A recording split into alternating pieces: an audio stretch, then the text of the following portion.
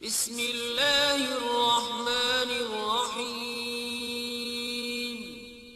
شروع اللہ کے نام سے جو بڑا مہربان نہایت رحم والا ہے۔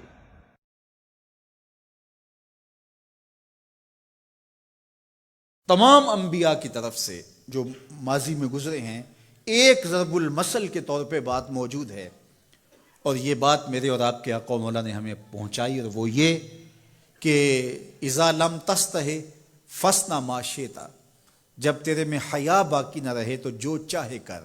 چونکہ حیا مانے ہوگا نا یہ بڑا ہے، حیا مانے ہوگا کہ یہ ماں ہے اور یہ بات میں نے نہیں کہنی، حیا روکے گا کہ یہ باپ ہے اس کے سامنے یہ کام نہیں کرنا، حیا روکے گا کہ یہ میرے رسول صلی اللہ علیہ وسلم کی طرف سے ممانعت ہے اور میں حضور علیہ السلام کا سامنا کل قیامت کے دن کرنا ہے، حیا روکے گا کہ یہ میرے رب کا فرمان ہے اور کیا میرا اللہ مجھے دیکھ نہیں رہا۔ حیا ہے تو گناہوں سے خود بخود روکو گے، کوئی کیمرہ نہیں تو پھر بھی رک جاؤ گے، کوئی سیکورٹی نہیں تو پھر بھی رک جاؤ گے، کوئی واچ نہیں کر رہا پھر بھی رکو گے، بند کمرے میں بھی رکو گے اپنے رب سے حیا کرتے ہوئے۔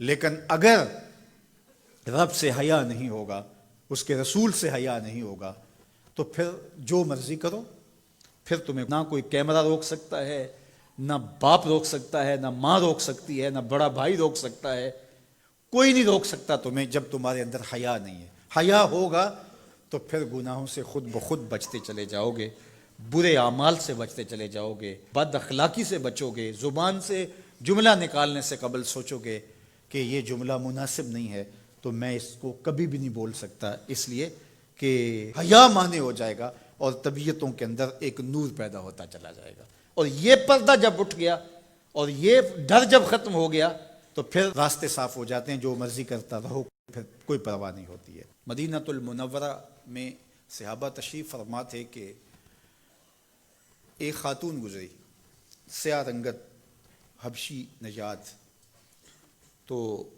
ایک صحابی فرمانے لگے اگر جنتی خاتون دیکھنی ہے تو یہ خاتون جا رہی ہے۔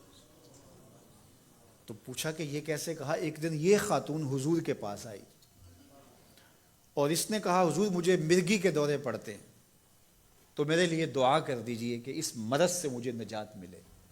تو آقا کریم علیہ السلام نے فرمایا اگر تم کہو تو میں دعا کر دیتا ہوں اور یہ دورے تمہیں نہیں پڑیں گے، اور اگر تم ان پہ صبر کر لو تو میں تمہیں جنت کا وعدہ دیتا ہوں۔ اب تمہارے ہاتھ میں ہے، جو چاہو کر لو۔ اس خاتون نے بغیر تأمل کے کہا مجھے جنت والا وعدہ قبول ہے، دورے پڑتے رہے کوئی بات نہیں، مجھے جنت والا وعدہ قبول ہے، لیکن حضور ایک کرم میرے پہ فرمائیے، وہ یہ کہ جب مجھے دورہ پڑتا ہے تو میں گر پڑتی ہوں، تو گر جانے کی وجہ سے سطر کا خیال نہیں رہتا، ظاہر ہے بے ہوشی ہو جاتی ہے، تو میرے پہ یہ کرم فرمائیے، دعا کیجئے جب میں گروں تو اللہ میرے سطر کی حفاظت کرے۔ تو حضور نے یہ دعا کر دی۔ اب وہ گرتی تھی لیکن اس کا سطر نہیں کھلتا تھا، اللہ اکبر، تو اس کو کتنا خیال تھا اپنے پردے کا، کتنا خیال تھا اپنے سطر کا۔ یہ جمال ہے عورت کا، عورت مستور ہے، عورت کو عورت کہا جاتا ہے، مستور سطر سے ہے، یہ پردے کی چیز ہے، اور اللہ جل شانہ نے اوڑھنیاں اوڑھ کر کے رکھنے کی خواتین کو تلقین کی۔ آج جدید مفکرین تو عورت کے ساتھ مصافحہ کے راستے بھی نکال رہے ہیں۔ وہ کسی نے کہا تھا یہ عورت کی آزادی نہیں ہے، یہ عورت تک پہنچنے کے لیے مرد آزادی چاہتے ہیں۔ عورت سمجھتی ہے مجھے آزادی مل رہی ہے، یہ تجھے آزادی نہیں دی جا رہی، یہ تیری آبرو کو، تیری عزت کو، تیری ناموس کو تار تار کرنے کے لیے یہ مرد آزادی چاہ رہا ہے، یہ آوارہ لوگ آزادی چاہ رہے ہیں۔ تجھے کھلونا بنانا چاہتے ہیں تو کھلونا نہیں ہے، تیرا پردہ تیری ناموس کا محافظ ہے، تیرے برقعے کی ایک ایک سلوٹ تیرے حیا کا پہرا ہے۔ آج مغرب مختلف ذرائع سے ہم سے یہ جوہر چھیننا چاہتا ہے، تو اب ہمارے اوپر تہذیبی یلغار کے ذریعے سے، میڈیا یلغار کے ذریعے سے، تمدنی یلغار کے ذریعے سے، مختلف ناموں سے، مختلف ایام منانے کے ذرائع سے ہم سے اگر ہمارے جوہر حیا کو چھین لیا جاتا ہے تو ہمارے پلے کیا بچتا ہے؟ کیا ہم گگو کوڑا قوم ہے کہ جو کوئی لے کے آئے اور اسی کے پیچھے چل پڑے؟ کیا ہمیں نہیں پتا کہ ہم کون ہیں؟ ہماری بھی کوئی بنیاد ہے، ہماری کوئی ساکھ ہے، ہمارے ابا و اجداد ہیں، ہمارے اوپر کتاب اتری ہے، ہمارے آقا نبیوں کے امام ہیں، ہمیں پورا کامل اکمل دین دیا گیا ہے. کیا ہم وسیع الظرفی کے نام سے، روشن خیالی کے نام سے سب کچھ اختیار کر لیں گے؟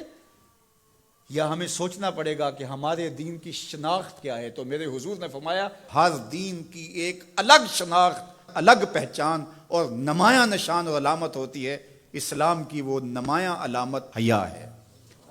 اگر حیا ہے تو دین ہے، اگر حیا نہیں ہے تو دین نہیں ہے. تو اللہ ہمیں حیا کے نور سے مالا مال کرے، ہماری نسل نو کی بالخصوص حفاظت کرے، ہماری بیٹیوں، بہنوں اور مستورات اسلام بنا